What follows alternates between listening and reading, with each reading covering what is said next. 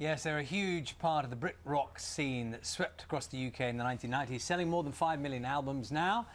For the first time in almost a decade, Skunk and Nancy are heading back on tour, have a new album. Yeah, they do. They're here as well. One thing that hasn't changed over the years, well, there's quite a few things that haven't changed looking at you, but is the strong political themes that come across in the music. We'll talk to Skin and Mark Richardson in a moment. First, though, can we have a little look back at some of your biggest hits? Weak as I am, no tears for you. Weak as I am, no tears for you. Deep as I am, I'm no one's fool. Weak as I am, just because you feel good doesn't make you right. Just because you feel good, won't you here tonight? Won't you? That's all I want. It's all I want. That's all I want. So Skin and Mark both here this morning. Funny looking back at that, isn't it? I was just saying, and I mean it sincerely, that stuff doesn't date. I mean, there are some bands you could play from the mid-90s sometime, and you would think, oh dear, that looks a bit old-fashioned or whatever now. But it doesn't feel like that does. I think we always tried to do songs that were classic and quality, and I think if you get things well recorded and you try and put a lot of heart and soul in it and great lyrics, I think it always tends to stay quite modern for us anyway. Luckily. Yeah. You had a break, didn't you, from being in the band? From like 2001 to 2008. 8 years off. That's We had quite a 8 long years off. time. It was a holiday, yeah. Did you not? Was there a problem? Because people are always fascinated. Why stop? Why?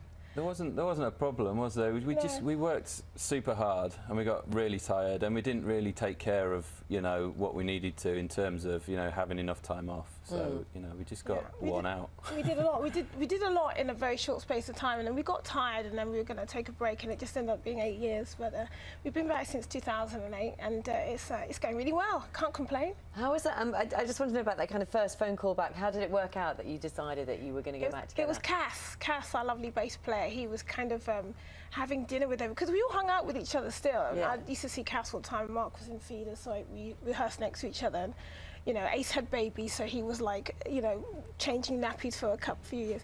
But yeah, it was Cass was kind of having dinner with everyone and said, oh, we should do this thing, secretly. Oh, clever. Yeah. And when literally the first time we kind of met together in our house, in my house in East London, and I popped that I had in East London, and from that moment on, it was kind of like, oh, this is quite a laugh actually. This is fun. Yeah? Can I just say that I've never heard you speak before, and given the way you deliver the songs, I hadn't expected you to sound quite like this. Because you go for it when you're singing, don't you? Yeah, that is that is your style. It's rock music, you know. It's rock music, you know.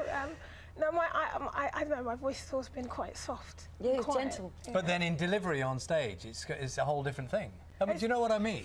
No, absolutely. I was fortunate enough to see the band before I joined. So I joined in '95 after the recording of the first record, and I saw them live a few times, and I got the same thing. It's like, it's such a massive presence, and in between songs, you've got this tiny weeny voice. Tell us about the new single. We can play it in a minute, but before we do, it's called "I Believed in You." And what's the kind of? It's I Believe in You. It's like a little punk song. It's really just about the idea of like taking responsibility for putting people on pedestals and putting people up there, especially politicians during elections, and then, you know, getting a bit disappointed. But, you know, it's like if you're going to vote for someone because they have great teeth, or because they have a little witty comment during a debate, then, and not for their actual policies, then you're going to be a bit disappointed. So it was just about that feeling. Let's have a look.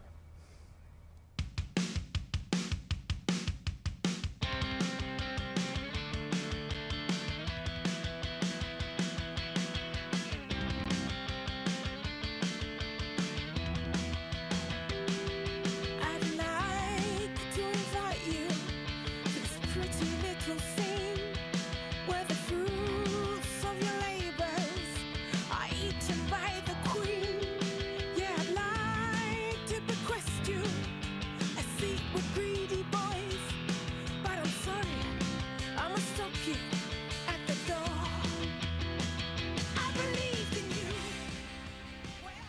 it's a kind of familiar sound and a familiar song, in, you know, sort of themes to the songs as well, isn't it? Yeah.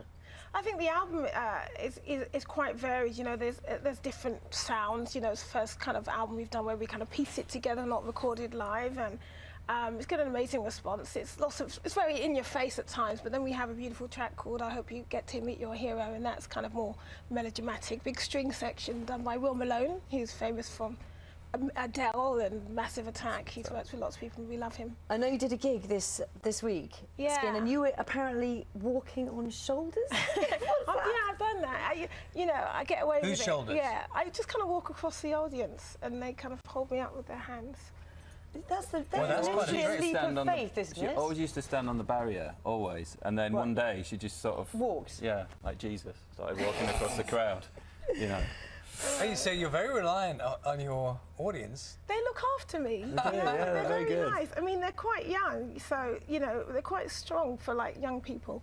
I'm interested as well, because are you reaching out to new audiences now, or is it what were they? What sort of people are interested in I have music? to be honest, it's all about the future, really. I think that the 90s were great, but if you're going to rest on your laurels and be too nostalgic and just think about that, I think you kind of plateau and die. So, yeah, we have lots of new young fans, and they're loving it. Lots of people have never seen us before. They weren't even born, some of them, you know. And it's quite crazy. It starts off very young and lots of females as well, which is great. You look very well. Thank you, darling. You're not so bad yourself. And you're going to be doing some. You're going to be You doing have some nice gigs, teeth. aren't You you? should be a politician. Oh no, now you spoiled it. You're doing some gigs, aren't you? Yeah, we're doing a European tour, and it's going to end up in Brixton Academy on December the 1st. Lovely. I'm Nice loving to that. see you I'm here thinking of today. Charlie as a politician. Thank you very much for that thought.